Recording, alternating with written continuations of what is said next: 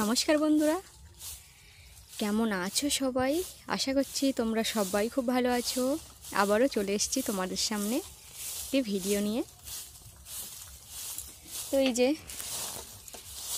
পরিষ্কার পরিচ্ছন্ন করা থেকেই না হয় শুরু করা যাক।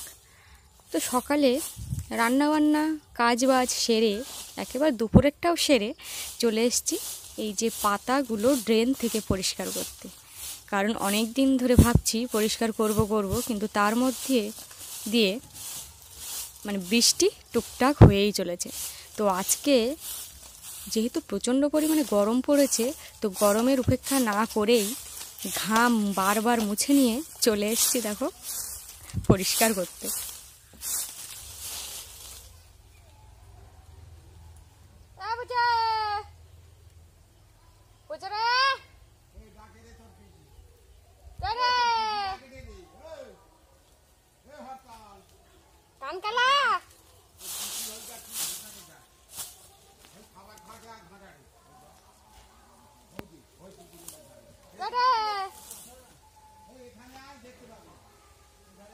তুই কি করছিস? হ্যাঁ, কি কাজ করছিস?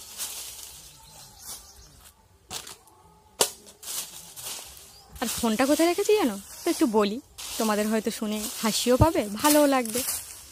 ফোনটা রেখেছি আমি গাছে একটু 1-2 হাত উঁচুতে বেঁধে রেখেছি আমি ফোনটাকে। কি দিয়ে জানো? কলার ছটা, কলা গাছের যে শুকনো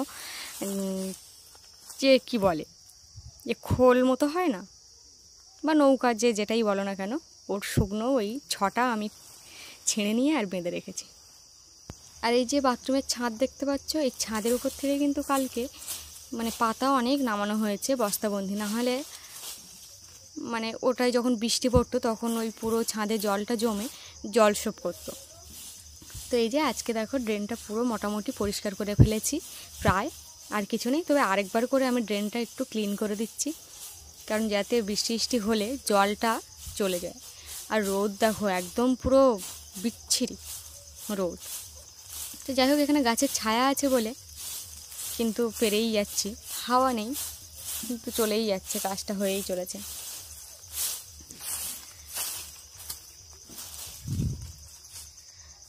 মোটামুটি এটা আমার 2 দিনের জ্বালানি হবে, কাঠগুলো বেঁচে থাকবে টানা বর্ষাকাল সেই জন্য। আর এদিকে হাঁপিয়েও গেছি, তাই একটু মুখটা আবারও মুছে নিচ্ছি। প্রচুর গরম। আর ভাবছিলাম আম পড়েছে কিনা, কিন্তু আম তো আর পড়েনি। তো দেখো আমার মোটামুটি এখানে পরিষ্কার করা হয়ে গেছে। তো হ্যাঁ, তোমরা ভাবছো এইটুকু, না চলো তোমাদের আমি দেখাচ্ছি, শুধু এটুকুই আমি নিইনি, আরও আছে খানিকটা জিনিস। এই যে আগে থেকেই কিন্তু এগুলো রোদে দিয়েছি, তারপরে মনে হলো যে বাদবাকিগুলো পড়ে আছে সেগুলো কেন আর ফেলে রাখবো, সেগুলোও নিয়ে নিই, তাহলে একেবারেই পরিষ্কার হয়ে যাবে। তো এই জন্য। আর কাদের বলো তো পাতা দিয়ে জাল দিতে ভালো লাগে, উনুন জাল দিতে আমার ভালো লাগে, কিন্তু প্রচুর পরিমাণে ধোঁয়া হলে তখন আর ভালো লাগে না। কিন্তু এটা ভালো করে শুকিয়ে গেলে এতে ভিজে আছে, বৃষ্টি হয়েছে সেই কারণে। তো আজকে সারাদিনে কী কাজ করবো, আর এই গরমের সময় না সত্যি কথা বলতে বাইরে টাইরে বিশেষ কোনো কাজ করতে ভালো লাগে না।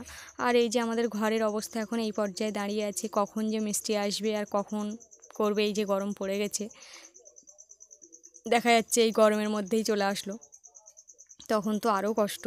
তো যাই হোক, কষ্ট ভাগ করে না হয় নেব সবাই মিলে। আর এখানে মুরগি ডিম পেড়েছে বলে কিছু দেবো ভেবে পাচ্ছিলাম না কি দেব। তো দেখো, যে বালি চালনি যেটা ছিল সেইটাই দিয়েছি। আর দাদা চলে যাচ্ছে, তাই একটা ব্যাগে আম ও আরেকটা ব্যাগে সবেদা দিয়ে, আর ব্যাগটা মোটামুটি একটু ভর্তি হয়েছে, কারণ দাদা থাকবে না। তো এই বেরিয়ে পড়ছে। আর দেখো রোদ দেখো এখনও, এখন বাজে 3:30। তো দাদা এখন যাচ্ছে আর গাড়ির অপেক্ষায় আছে বসে। তো আমি ফোন করেছি গাড়িওয়ালাকে, আগে থেকে আমাকে বললে আমি ফোনটা করে দিতাম। আর এদিকে দেখো মেঘ করেছে প্রচুর পরিমাণে, জানি না এর পরে কি হবে। তো বাদ বাকি যে জামা কাপড়গুলো ছিল এগুলো সব তুলে নেব, কারণ এত মেঘ করেছে। দেখা যাচ্ছে ঘরে যখন গেলাম হঠাৎ করে বৃষ্টি চলে আসলো, আমি বেরোতে পারলাম না। তো এই যে দাদা গাড়িতে উঠে গেল, গাড়ি এসছে একটু 10 মিনিট লেট। আর মেঘ করেছে বলেই টেনশানই হচ্ছিল যে কখন গাড়ি আসবে।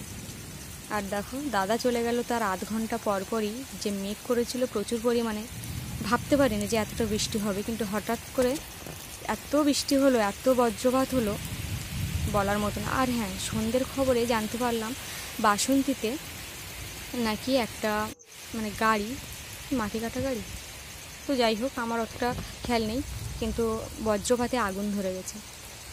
তো খুব দুঃখের বিষয়, মানে রামচন্দ্রখালিতে এই ঘটনাটা। আর এই যে তুমুল বৃষ্টি, দেখো প্রচুর পরিমাণে বৃষ্টি, আর হাওয়াও হচ্ছে খুব। আর এখানে দেখো মুরগি ঘরের ছাউনিটাও প্রায় উড়ে যাওয়ার জোগাড় হয়েছে।